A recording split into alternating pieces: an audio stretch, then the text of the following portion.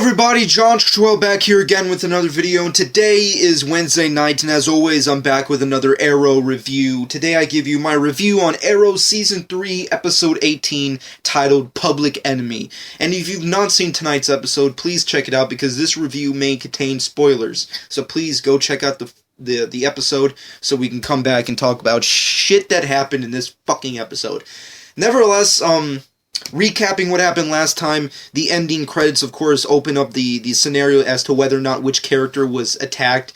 Of course, Maseo, posing as the Arrow, if you will, attacked the mayor and apparently killed the mayor of Star City, and essentially, Ray blocked Felicity from the attack. Essentially, Maseo's original intention was to target Felicity and kill her, but basically, Ray stepped in and fucking helped out. So I guess that whole cliffhanger scenario scene that I speculated on my last review obviously went the other way with it.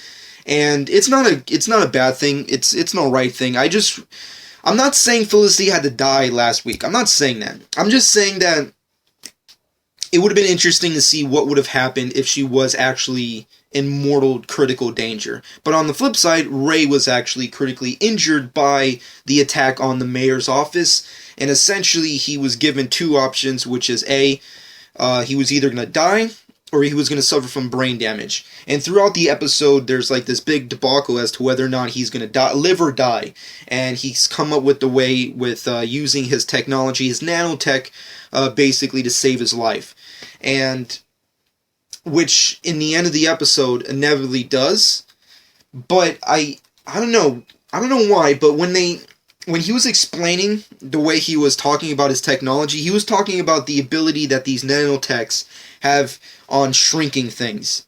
Now, I haven't really heard that much information on what they want to accomplish with the atom, but I'm just saying, one of these days, whenever it's going to happen, whether I'm sure it's going to be with the newest Flash and Arrow crossover, which is happening soon, or when they do that spin-off series, which I have no fucking clue is going to happen, when or if it's going to happen.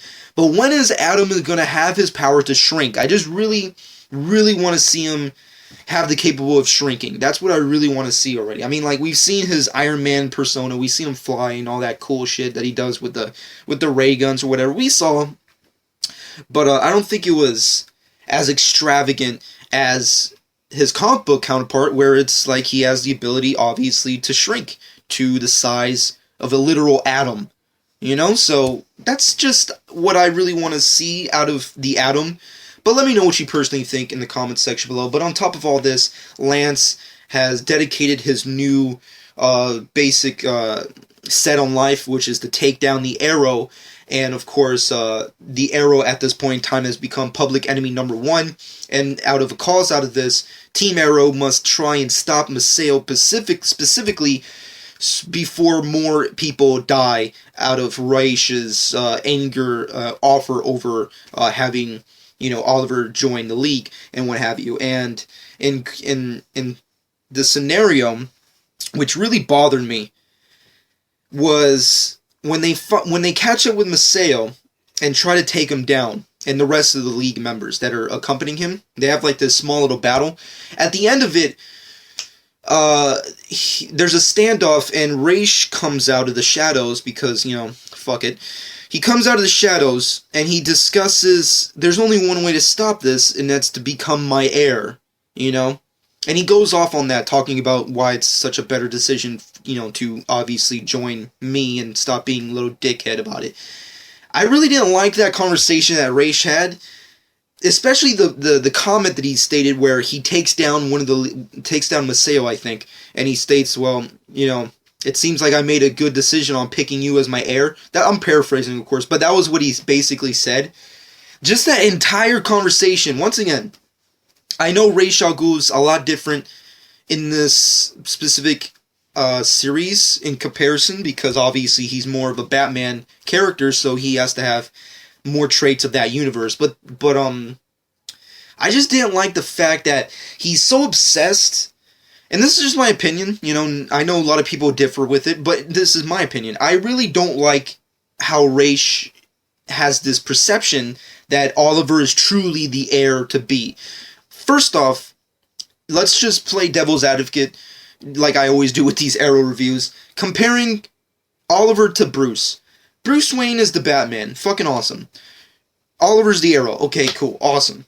But the difference between the respect that the character gives and gets is wildly different. Like, for one, Ra's al Ghul respects Batman more than how he presents and how he respects Oliver here. Like, when Ra's al Ghul, whenever I hear him talk to Oliver, he always calls him by boy. That's how he starts conversations with Oliver. He always calls him boy, which is obviously a remark that demeans Oliver as a character, as the main protagonist of the show. Granted, but on top of that, comparing that to how he talks to Batman, Ra's al Ghul always respects Batman to the point he always calls him by his true title, which is, of course, detective. Whenever Ra's discusses anything with Batman, he always calls him and announces him as the detective. He doesn't call him Batman, he doesn't call him Bruce, he doesn't call him Mr. Wayne, he doesn't call him boy, or whatever the fuck. He always calls him detective. So, I just don't understand how a person who wants a character to be the heir to his legacy when he doesn't really respect the fucking character, you know, and he demeans him. And it's just really odd. Like, the intentions that Ra's al Ghul has in this series, at first I was like, fuck yeah. But now it's like, when they introduce this whole Batman plot twist, it's like, I really don't like you anymore for some reason. I don't know why, but I see it clear as day. It's right there when I think about it. That's just my opinion. Let me know what you personally think. But of course, the episode goes on from there. Of course, Oliver is public enemy number 1. And when Captain Lance cannot specifically take down Team Arrow at that specific moment, which I really liked. I think the visual side on this episode kicked ass. I mean, there's a specific moment where Team Arrow basically jumps off the fucking skyscraper, escaping, police captivity. And there's this specific moment where Roy and Oliver shoot out arrows to connect, kind of like Batman's grappling hook, which is the difference in characters. But nevertheless, they do that. It looked so well done. Like, the way they did it kind of felt like how Christian Bale Batman did it in The Dark Knight, when he uses his grappling gun against the Joker in the last battle sequence. It felt just like that. I have to give them kudos. As much as I've been kind of bashing Arrow as of yet, which I jokingly like to call Arrow Season 3 Batman Season 3 because of all the stealing of Batman. But at the end of the day, I have to give him kudos for that. That was pretty badass. And I also liked Team Arrow taking on the police force, which was pretty interesting. It kind of felt like once again, I know you guys hate it, but it felt a lot like Frank Miller Batman for me, because it's kind of like if they took what they did, kind of like in Nolan's universe, but of course that's inspired by Frank Miller's Batman, so take that in perspective. It kind of felt like how Batman takes on the SWAT, or the SWAT teams in Frank Miller's books, Batman Year One and Dark Knight Returns. It felt just like that when fucking Batman and Carrie Kelly are trying to escape police captivity. It felt just like that, and I have to give him kudos for that. I mean, usually when Arrow steals something, I kind of feel like a hit to the heart. But that one I can forgive. That was pretty fucking badass. Along the lines of the mid-season finale when Oliver gets killed, those are the two biggest things that they steal from Batman's comic book that I'm okay with, where I'm like, fuck, that was pretty good. I give them credit for doing that type of shit. So yeah, the grappling hook sequence and the evading police captivity sequences, fucking boss. That was pretty badass. Moving from there, of course, over the course of that, Captain Lance gets kidnapped by the League, and they have this real interesting conversation between Lance and Ra's al Ghul, and Ra's al Ghul reveals to Lance that, of course, Sarah and Oliver were on the island together, and, of course, the creme de la creme that we all were waiting for, based off the trailers, Oliver is the Arrow. So now Lance put out a hit on fucking Oliver. So now everybody in Star City, or Starling City, I don't fucking know. I keep forgetting. Did they change the name yet? I don't know. I want to say Star City because that's more obviously accurate, but you know, because the show changed to Starling, I don't fucking know. But let's just say Star for the sake of the argument. The entire city has knows that Oliver is now the Arrow, and now Oliver's obviously, you know, on the hunt. They're hunt the Dark Knight, if you will. Once again, comparing. I know you guys hate the comparisons. It's fucking getting old, but it's right there. I find it surprising how no one else like points out the comparisons. It's like clear as day. It's like right there. It's like there. It's Oliver's Public Enemy number. This entire episode was like Hunt the Dark Knight, a part of the Dark Knight Returns storyline that Frank Miller did. It's right there. It's like him escaping and trying to escape. It's the same shit. I find it funny how no one compares this shit. Or maybe they have. I don't fucking know. But for me, it's almost baffling and jokingly absurd. But at the end of the day, this episode is pretty good. The Hong Kong flashbacks, we get some more of that. Once again, not a big fan of the Hong Kong flashbacks. I fucking wish they would go back to the island because those were way superior in comparison. But this time they introduced the whole Shadow thing. Of course, a couple episodes back, they introduced a character, Shadow. Of course, Shadow, of course, died. We already know that. She died in the flashbacks back on the island. She was killed because Oliver chose Sarah over her. So, of course, there's that. And that was a big cliffhanger for that episode where it's like, what the fuck, Shadow? Why the fuck is she here? She's dead. Well, now, due to the shit logic that the writers were going for, apparently this is not Shadow. The spoilers. This is not Shadow. This is Shadow's twin sister. Who gives a shit? Like, what? Why they do that? Like, granted, the actress who played Shadow, fucking awesome. I like her. She did a great job for what she was, you know, doing. What she served, but she served her purpose. I don't know. I find it difficult how the Arrow writers are so ambitious, especially in this season, for bringing back older characters. Don't get me wrong, I like Tommy, I like Shadow, those characters I liked, but they served their purpose. You don't have to continue to bring them back all the time, you know, I mean, granted, comic book characters die and they come back in the comic books. But for me, and this is just my opinion once again, if you're not wearing a mask and you're not a fucking superhero or your character on a fucking show is not based on a pre-existing superhero, then why the fuck come back? Don't come back. Stay dead. You know? Like, just stop it.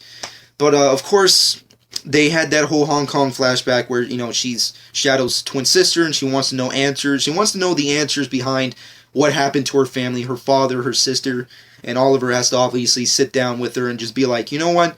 I'm sorry, but they're gone. Blah, blah, blah. All that shit. So, there's that.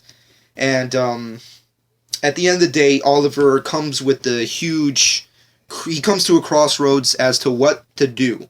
Because if he stops being the Arrow, he's kind of served his journey. He's already done. It's an end game kind of thing.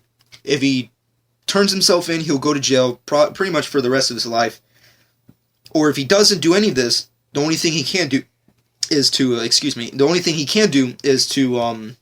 join the League, take Raish's offer, which he doesn't want to do. So in the end, spoilers, he decides to turn himself into Lance. So now Oliver is, of course, in captivity, but at the end of the episode, which I really thought was a huge mind blower, because originally I thought, like, man, Oliver's not going to go to jail. The fuck is that? I mean, granted, Oliver's big on giving up when the shit hits the fan. That's granted. He does that a lot.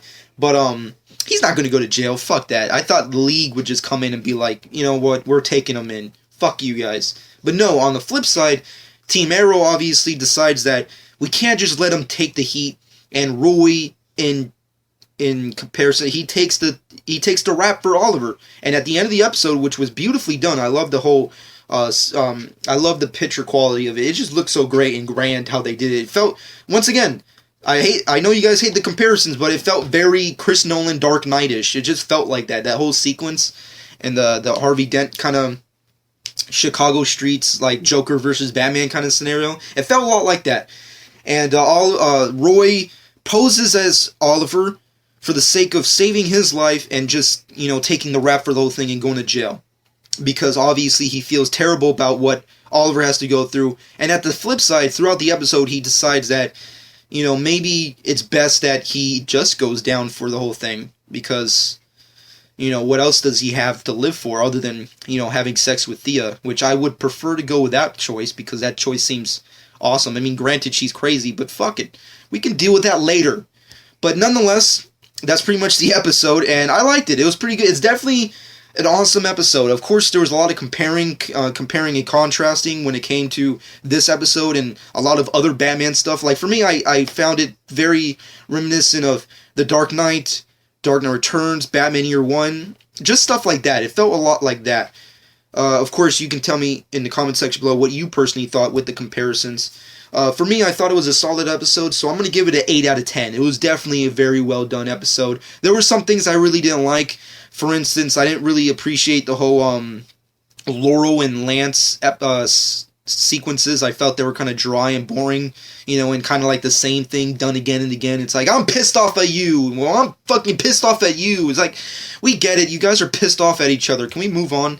The Hong Kong flashbacks, bullshit. Fucking don't care. Wasn't really big on the freaking Felicity's mom being in the episode. I really don't really care for that character. But yeah, it's her mom. What are you gonna do? Nonetheless, this episode's pretty badass, and of course we got some interesting teasers for next time's episode. Apparently, I really don't know what's gonna happen to Roy. There's been lots of rumors speculating on the internet. Of course, there's a lot of people who are speculating that Roy is going to leave the show. There's speculations that Roy, as a character, could end up dying this season. I really don't know which way to go with it. I've heard some good, respectful comments for each camp, but based off this teaser, I can pretty much guess that something big's going to happen with Roy as a character. Either A, he will be leaving the show, or he will be dying. Because it makes kind of a little bit of sense. And if he does, where will he go? Let me know what you personally think in the comment section below. Where will Roy end up at if he leaves the show? If he doesn't die. Personally, I think if he leaves the show, he should join the Outlaws. Fuck it. Yeah, that's what you do. He leaves, he becomes the Red Arrow, or whatever the fuck, and he joins the Outlaws. Fucking Starfire and Red Hood kicking ass and shit. That's fucking awesome. That's a spin-off waiting to happen, people. Make it happen. CW wants to make spin-offs? Make a fucking Outlaw spin-off. Now that's the shit. He leaves that show and joins that show. Granted, Titans is around the corner, so maybe all this could be tied up. Who the fuck knows? But that's just my speculation. If he dies, then fuck. I really don't know what to say, because I like Roy. I think he's an awesome character, and I was kind of getting used to him being Arsenal this season.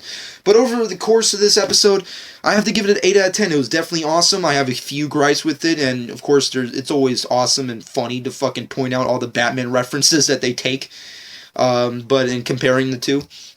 And Ra's al Ghul's comments and discussions and, overall his dialogue that he gives to Oliver, oh my god, it's just stop. It's just bullshit. You call the guy boy, but you want him to be your fucking heir? Come on. Nonetheless, let me know what you personally thought in the comment section below. What did you personally like out of this episode? What do you think is going to happen with Roy in the future this season? Will he die? Will he survive? Will he go to jail? What will happen with the rest of the Team Arrow? What's going to happen with Ray and Felicity's relationship? Because, someone's got to love someone, and, someone's being stupid, and someone needs to make a choice or whatever. Nonetheless, there's that. What's going to happen with Oliver and the Arrow Cave? What's going to be the future of Team Arrow from here on out? We don't fucking know, but let me know what you personally think in the comment section below.